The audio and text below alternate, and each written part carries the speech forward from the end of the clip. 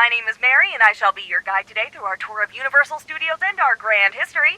Of course, I could not do this job alone, so let me introduce my partner in crime, my other half, and most importantly, our driver, George. Be nice to him, considering our lives are in his hands. Now, just a reminder to stay inside the tram at all times during the tour. That includes your hands, feet, head, tentacles, or any other appendages you might have with you.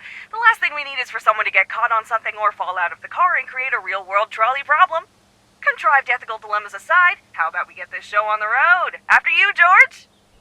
As we go along this tour, you will become familiar with the main features of our lovely park and learn some fun and interesting parts of our history. You never know when that sort of knowledge will come in handy. The first destination on our tour is Timeline Drive. Here you can see posters from some of our greatest hits dating all the way back to our 1931 rendition of Dracula. If you're ever in need of something to watch on a Friday night, maybe give one of these a try. Some of them may be a bit old, but they're still beautiful works of art. Get some friends together and maybe try the original version of The Mummy or Creature of the Black Lagoon. You'll get a kick out of them. The films Universal Studios is better known for in our day and age start in the later half of the 1900s. Many of you have probably heard of the classic thriller Jaws from 1975, or one of my favorites, the 1982 movie E.T. If you didn't know, E.T. stands for extraterrestrial, meaning something that came to us from beyond our planet Earth.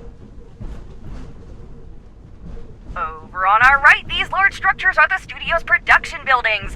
This is where the magic happens, where everyone comes together to make the movies that we love. It takes a huge number of people to make a film, though, especially today when there are so many special effects.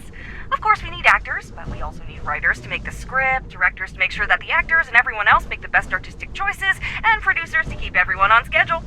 Of course, none of that would be possible without our carpenters, gaffers, lighting crew, camera people, CGI teams, makeup artists, electricians, pyrotechnicians.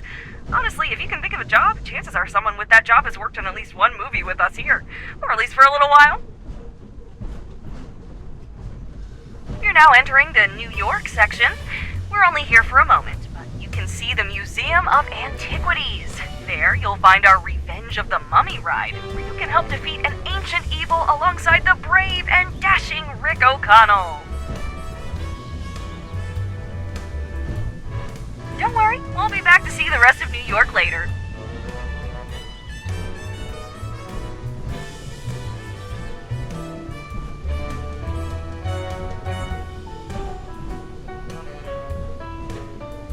Now I welcome you to the Golden Gate City, San Francisco. This hilly town is famous for its tram system and infamous for its earthquakes. Most earthquakes are caused when two tectonic plates grind against each other and suddenly shift. The entire planet is covered in these plates, and the places where they meet are called fault lines. Wouldn't you know it, most of California, San Francisco included, lies on a fault line, so you can expect a lot of earthquakes in this area. Speaking of which, I want to show you a little demonstration on how we make earthquakes in the movies. This set was built in the 1980s with the tracks dug right into the floor. When they were done with that movie, though, the guys in charge thought, earthquakes are pretty common in movies, so let's just keep this one. Now all they need to do is redecorate the scene whenever they want a different earthquake location. Let's see it in action.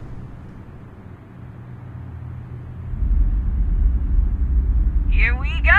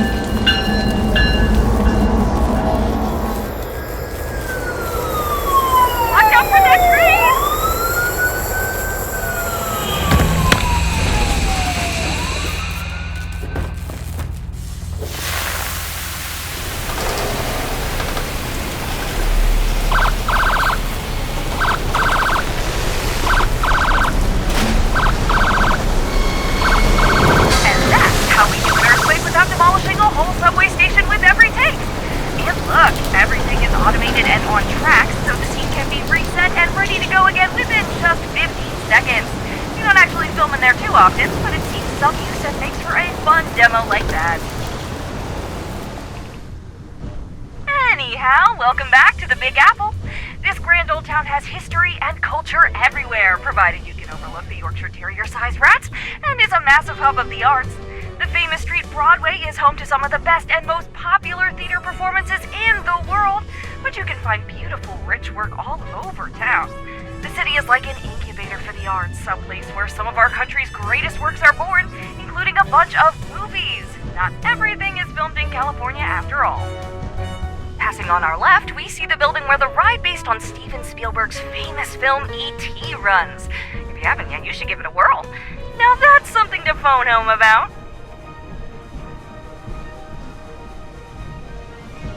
Now this is what we call Hollywoodland, and up here is our Monster Cafe, where you can see all of the classic monsters from our films, like Frankenstein's monster, Dracula, the Wolfman, and the creature from the Black Lagoon.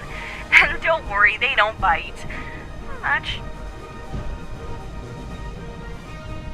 We're passing by the Universal Globe now.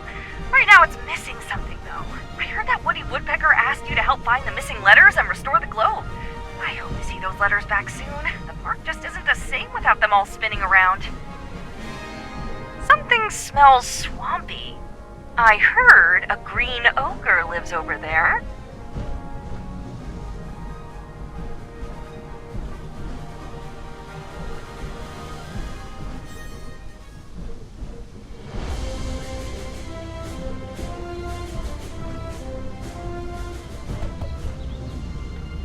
Let's all just take a moment to appreciate the beautiful sounds of nature.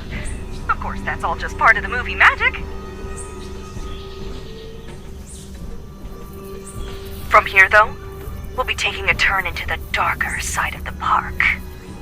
We now enter the realm of the Lord of the Jungle. Join me as we pay tribute to Kong. Kong. Kong. Everyone! Kong. Kong. Kong! Really? No one? I'm just... Okay, well, let's hope he isn't insulted by your lack of reverence.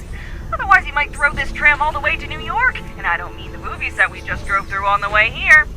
By the way, if you haven't yet and are feeling particularly brave, I highly recommend stopping by the ride we have here, Reign of Kong. You can join Kate and her expedition team as they delve into the caverns and other lost places to uncover the secrets of Skull Island. This is what we call Old Mexico, and it's just the kind of place we'd take a camera crew if they were looking to film something set out in the old Wild West. Now this area has something of a weird localized weather system, so I apologize for the rain as we... Hey, George, why'd you stop the tram? You can't go again, right? No, I'm not asking the passengers to get out and push. Not in the rain. That's just...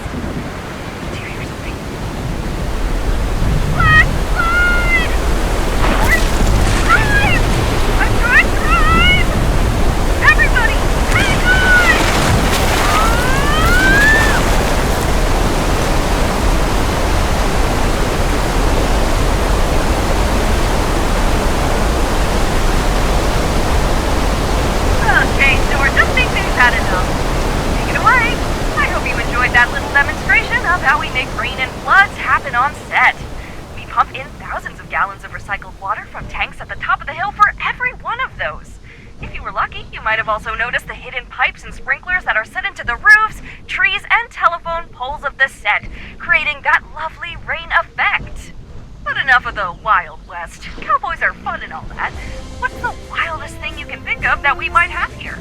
Dinosaurs! On to Jurassic World! Up ahead, you can see a pair of magnificent brachiosauruses relaxing at the edge of the lake. Quite jaw-dropping, aren't they? In a moment, we'll have a member of the staff join us to talk about what it's like to work with dinosaurs and how they keep things going here. Wait a minute, this isn't Paddock 5. There's a 5 on the gate, right? Might have taken a wrong turn somewhere. This equipment is abandoned. Just a reminder, folks, to please keep your hands and feet inside the vehicle at all times. Whew. Don't worry, everything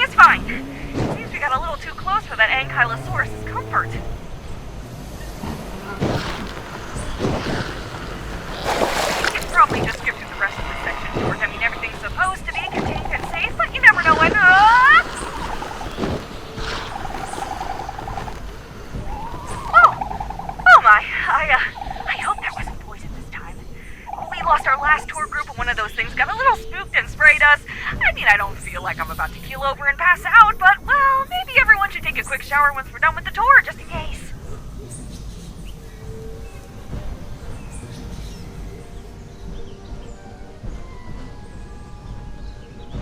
Ah, this is my favorite part of the park. Welcome to Amity Island, where the sun is warm and the swimming is prime. If you're in the mood for a beach day, this is the place to... The beach is closed. Huh, I wonder why.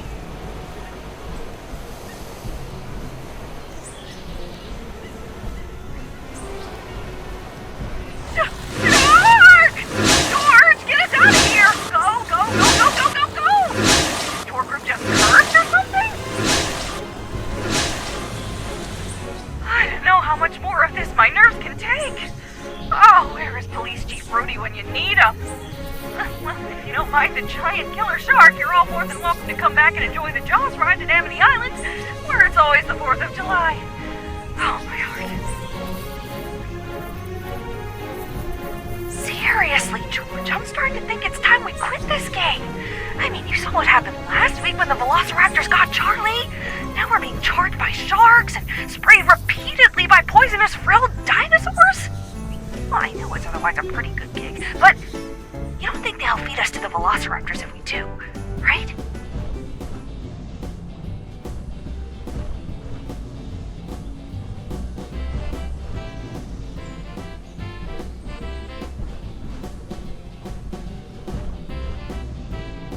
On our left, you can see one of our last sites on this trip, the Institute of Future Technology, where Doc Brown works on his questionable inventions. There you can find his famous time-traveling machine, and I believe he's even letting people take rides through time in a new one, too. Might be worth stopping by. That is if you can think fourth-dimensionally.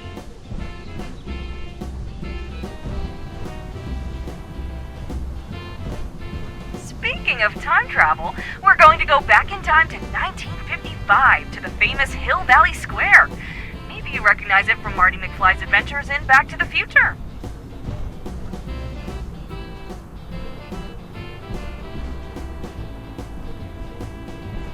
Oh, look! There's Doc on the top of Hill Valley City Hall. What's he doing up there? Another one of his hair-brained experiments?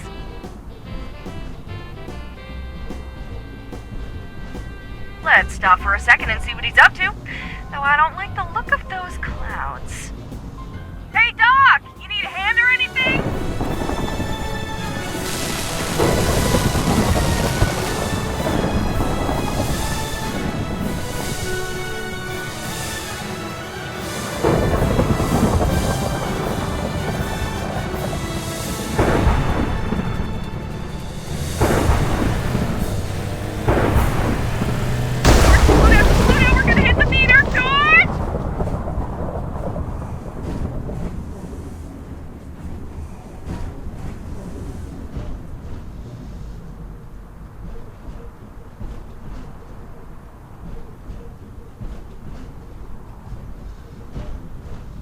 Look, George, you know I like it when you get my heart racing, but maybe leave the stunt driving to the professionals, okay? I'm not sure what that was, folks, but hopefully Doc is okay. We'll check the infirmary just in case once we're done here. Wouldn't be the first time we've seen him in there. We're entering the dark forest now, folks. I'd ask that you stay very quiet as we pass through these trees. You never know when something might be lurking nearby, and we don't want any monsters to notice us.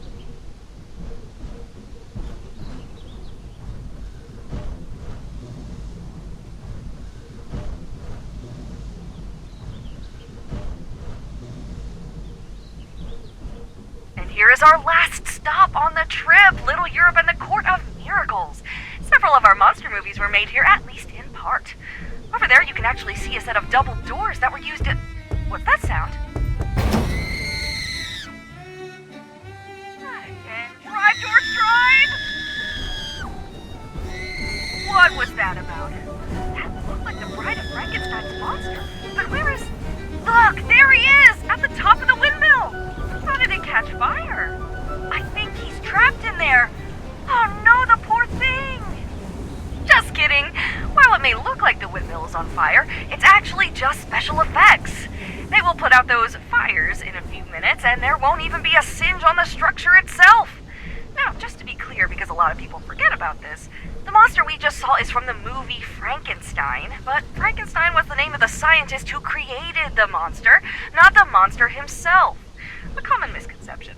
But the scientist is the true monster of the story, at least in the original book, because of his arrogance, thinking he had power over life and death, and because he was unable to love his own creation. And with that, we come to the end of our time together. I hope that you enjoyed yourselves. If you did, my name is Mary, and my partner is George. If you didn't, my name is Sue, and the driver was just a figment of your imagination. Enjoy the rest of your day and come back anytime to ride Universal Studios' world-famous Studio Tour. Bye-bye!